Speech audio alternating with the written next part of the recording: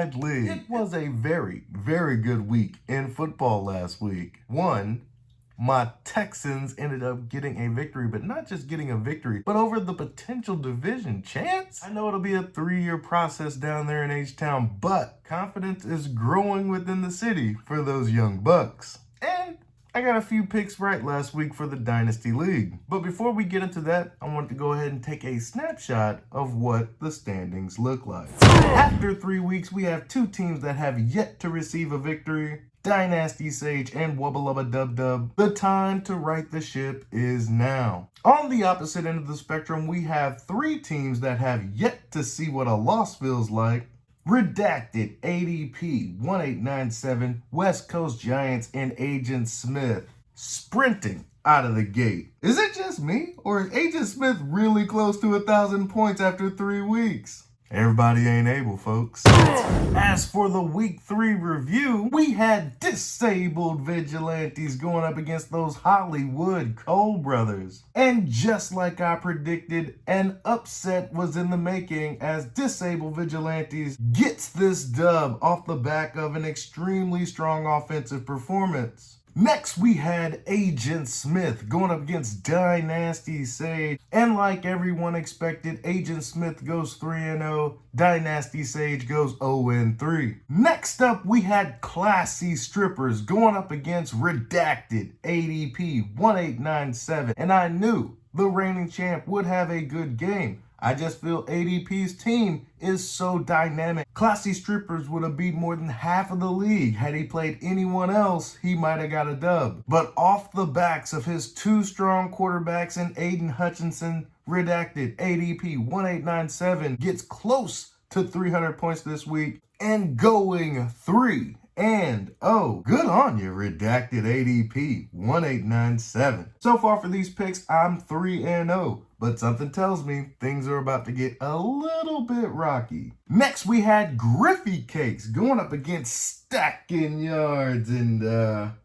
yeah, I had picked Griffey Cakes in this one. Didn't know he wasn't going to crack the 200 barrier. But that defensive performance was dismal at best. Stacking Yards is able to put a tally mark in the win column, scoring almost 250 points. Next, we have the boss. Going up against Unfuckwittable. Now, don't get me wrong, Unfuckwitable's offense is amazing, especially when you got Devontae Adams getting 1,000 targets. But alas, Unfuckwitable's defense just cannot keep up with the 184 points that the boss is trying to put up week in, week out. As I predicted, the boss gets this victory and avoids going 0-3. Next up, we have Wubba Lubba Dub Dub going up against those West Coast Giants. And I'm not going to lie, I thought Wubba Lubba Dub Dub was going to step up, perform. He might have had 1 too many injuries. His squad looking like the newest episode of MASH. For you young bucks that think I'm talking about mashed potatoes, you might as well be correct because he was soft as butter coming out of the gate in week 3. West Coast Giants balanced on offense, balanced on defense. Wubba Lubba Dub Dub stood no chance. And when you go 0-3, something's gotta change. On Monday, September 25th, a trade goes down that will be impacting week 4. Wubba Lubba Dub Dub is to receive Jalen Waddle, Michael Thomas, Shaquille Leonard, while Stacking Yards is set to receive Austin Eckler, DK Metcalf, and Matt Judon. But when it's all said and done, I still feel that both of these teams will be pushing up daisies when we enter into November.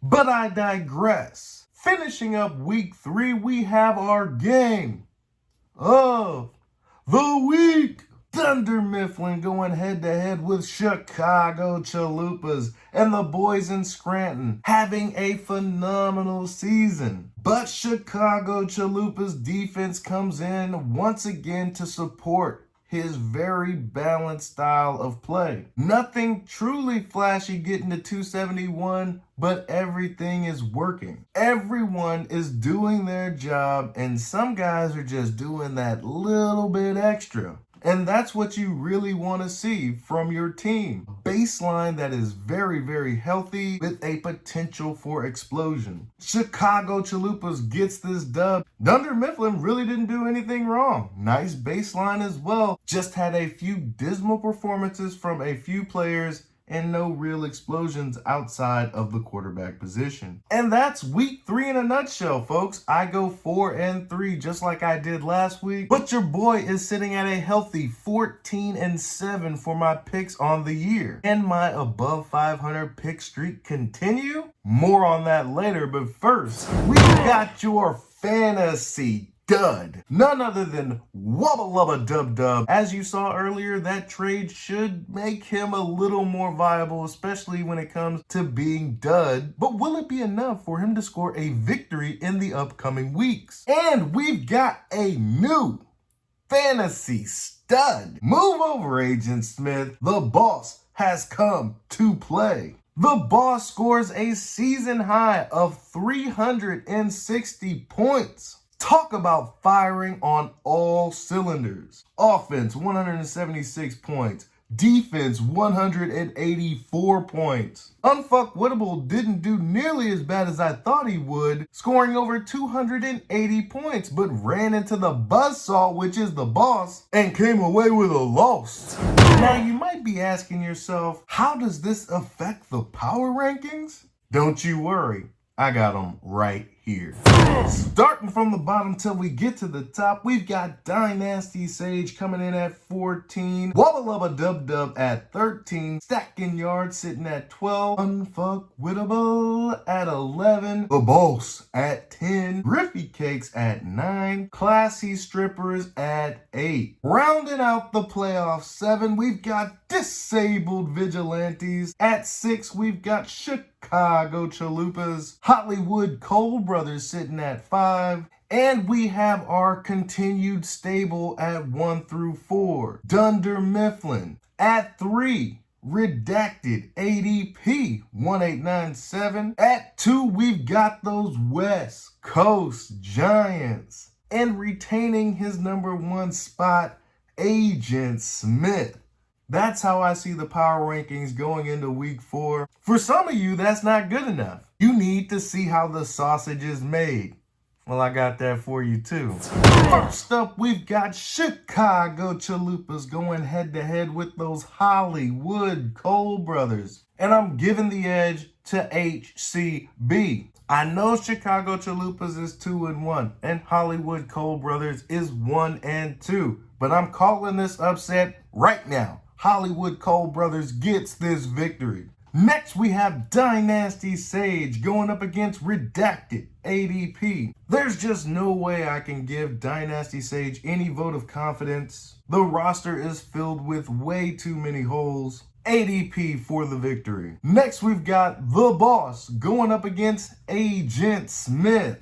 Almost my game of the week. This is always a very tough matchup. But I'm not putting in an upset this week. Agent Smith should continue and roll, probably even harder than he's ever rolled before. There will be fireworks, but Agent Smith will have the dominant performance.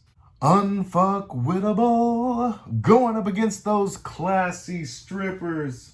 The champion should eke out this victory. Calvin Ridley revenge game. Desmond Ridder trying to keep up with the firepower of Jacksonville. Jacksonville coming off a stunning upset to the Houston Texans. Corrections will be made.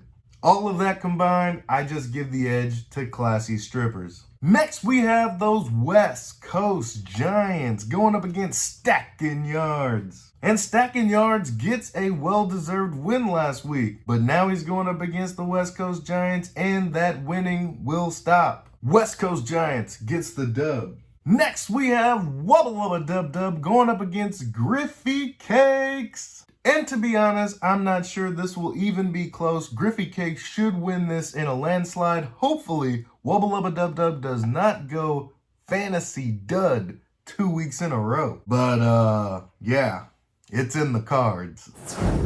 And last but not least, we've got our game of the week. Dunder Mifflin going head-to-head against disabled vigilantes. Both teams 2-1. Both teams trying to change their stripes as piss ants. Now the game has a potential to get away from Dunder Mifflin, but I still feel that Dunder Mifflin's team is so well balanced and so strong, he should get this victory. I'm not calling it the game of the week and the upset of the week. It's just the game of the week, folks, and Dunder Mifflin has the better team. He will get this victory. My goal is to just put up enough points to be in the running when it comes to the end of the season. And maybe, just maybe, the Buffalo and Miami game will be 70-77, but that's what it'll take for me to upset Dunder Mifflin in this fashion. On the flip side, I believe the Miami-Buffalo game will be very low scoring and dominated by defense, which won't benefit me in the slightest.